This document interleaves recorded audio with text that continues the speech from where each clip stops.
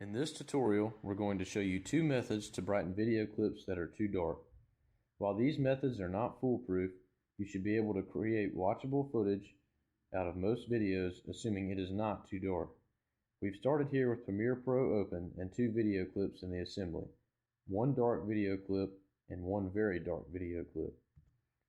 Drag the master file into the timeline to create a new sequence of this file. The timeline is where you can edit clips and apply effects.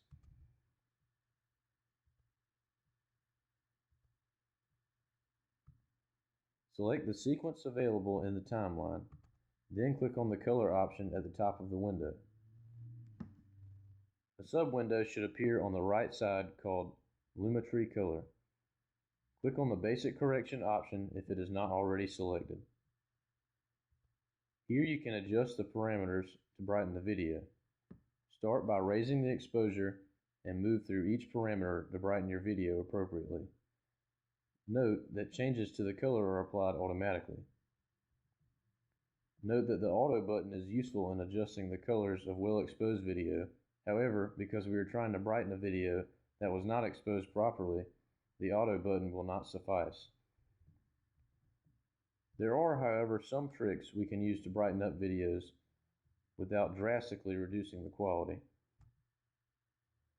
Drag the timeline slider to the very beginning of the darker video clip. Note that you can press Tab plus on a PC or Control plus on a Mac to zoom in on the sequence. Click on the dark sequence to select it and press Control C or Command C on a Mac to copy it. In the track selector, located to the left of the sequence window, click on the button V1 so that it is not highlighted. This will unselect the video track that you are working in. Now click on the V2 button to highlight it, selecting the empty track above the one where your video sequence is located. Note that you have both audio and video tracks labeled with V's and A's. Make sure you are working only with video tracks. Click Ctrl V or Command V on a Mac to paste the video sequence into the new track. What you're doing here is layering two identical tracks on top of each other. Only the top one will be visible for now, but soon both sequences will be important, so make sure both sequences align perfectly in the sequence window. For now, we can hide the top sequence by clicking on the eyeball icon next to the V2 track so that it is highlighted and there is a line through it. Now deselect the second track and select only the first again. Click on the bottom sequence located in the track V1 and click on the color window. The next step will be to over-brighten the video. Adjust the basic color settings as we did in the first video. However, this time, make the video appear very bright. Don't worry about the reduced quality at this point. You don't want it to be too bright, but certainly brighter than would look acceptable. Note that the quality of the video clip is drastically reduced. You can see how blotchy the clip looks after being brightened. This is, again, due to the lack of data captured by the camera. The computer is doing its best to fill in the missing data, but it can't create data that wasn't captured.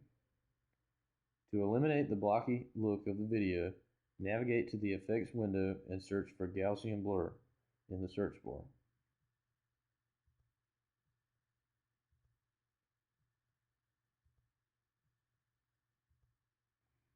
Click and drag this effect onto only the bottom video clip. Navigate to the Effect controls for the bottom sequence and click on the Gaussian Blur effect. Here we can adjust the effect parameters. Slowly increase the blurriness parameters until the video is blurry, but smooth. This should be 10 to 15 or more depending on how distorted your clip became when you brightened it. Once you have brightened and blurred the bottom clip, make the top sequence visible again by clicking on the eye icon next to the V2 track. Note that now you can only see the top video. The sequence that you brightened is hidden, but is still there. Click on the top video sequence in the V2 track and navigate to the Effects Controls window.